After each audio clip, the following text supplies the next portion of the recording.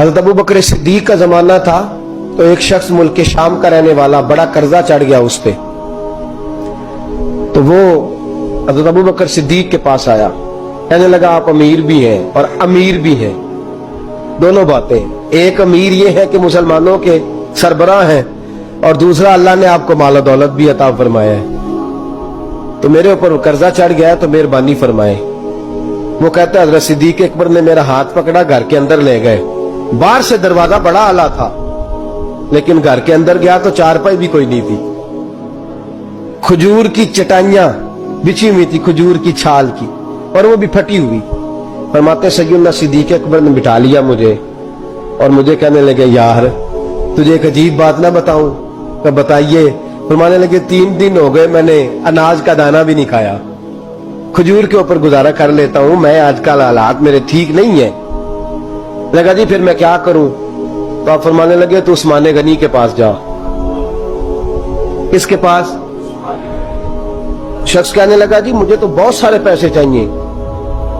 تو آپ نے فرمایا تیری سوچ وہاں ختم ہوتی ہے جہاں سے عثمان کی سخاوت شروع ہوتی ہے، تیری سوچ وہاں تو جو سوچتا ہے نا اتنے ملیں گے، تیری ختم ہوتی ہے سوچ جہاں سے عثمان کی سخاوت شروع ہوتی ہے، تو جا۔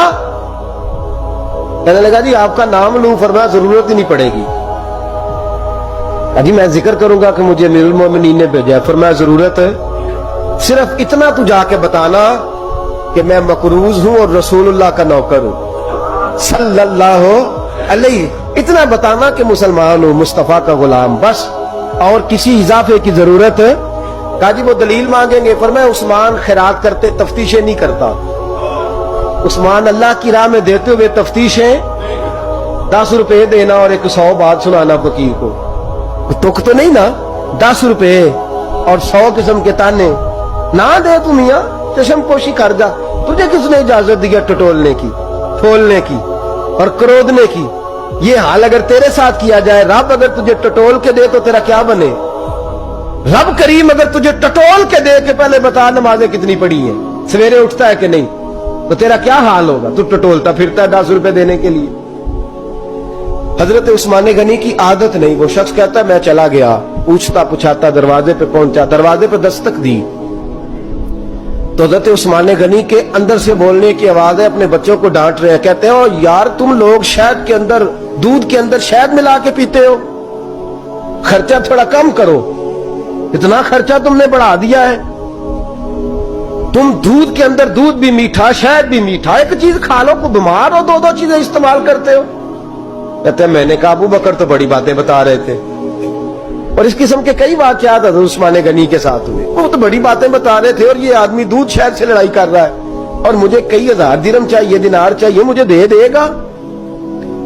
فرماتے ہیں اب وہ ڈانٹ کے باہر آئے، میں دروازے پہ تھا، آتے ہی کہنے لگے میں آیا نا تو جب میں نے السلام علیکم کہا تو وہ سمجھ گئے میں مسلمان ہوں۔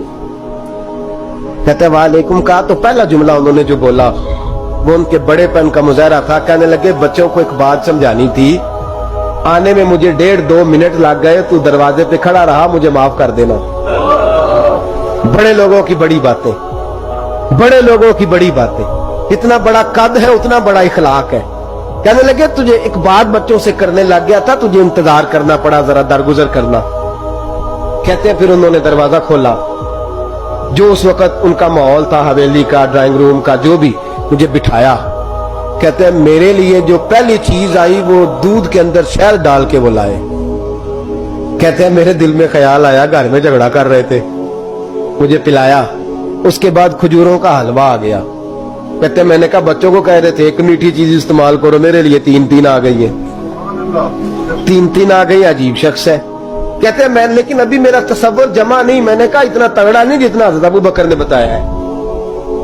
کہتے ہیں کھلا پلا کے نا پھر پوچھنے لگے کیسے آئے ہو، کیسے آئے ہو؟ تو کہتے ہیں میں نے کہا کہ جناب میں مجبور ہوں، آج بہت سارے لوگ ہیں نا جن کے پاس کسی کی بات سننے کا ٹائم ہی نہیں، کہتے ہیں موٹی موٹی بات کریں، آخری۔ حضرت عثمان غنی پوری کھلا پلا کے کہنے لگے کیسے آنا ہوا؟ کہتے ہیں میں نے کہا جی میں مسلمان ہوں، ملک کے شام کے مضافات کے ایک گاؤں کا رہنے والا ہوں، کچھ کاروباری مشکلات آئیں تو میں مقروض ہو گیا, میرے اوپر قرضہ ہے, مجھے کچھ پیسوں کی حاجت ہے.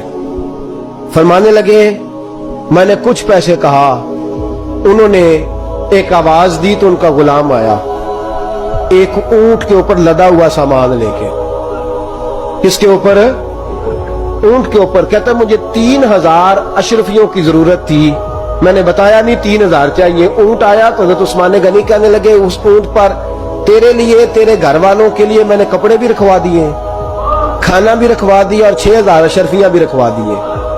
تو پیدل آیا ہے تو اب اونٹ لے کے جا. کہتے میں نے کہا حضور اونٹ واپس کون کرنے آئے گا؟ کہنے لگے واپس کرنے کے لیے دیا ہی نہیں تو تحفہ ہے, تو لے جا.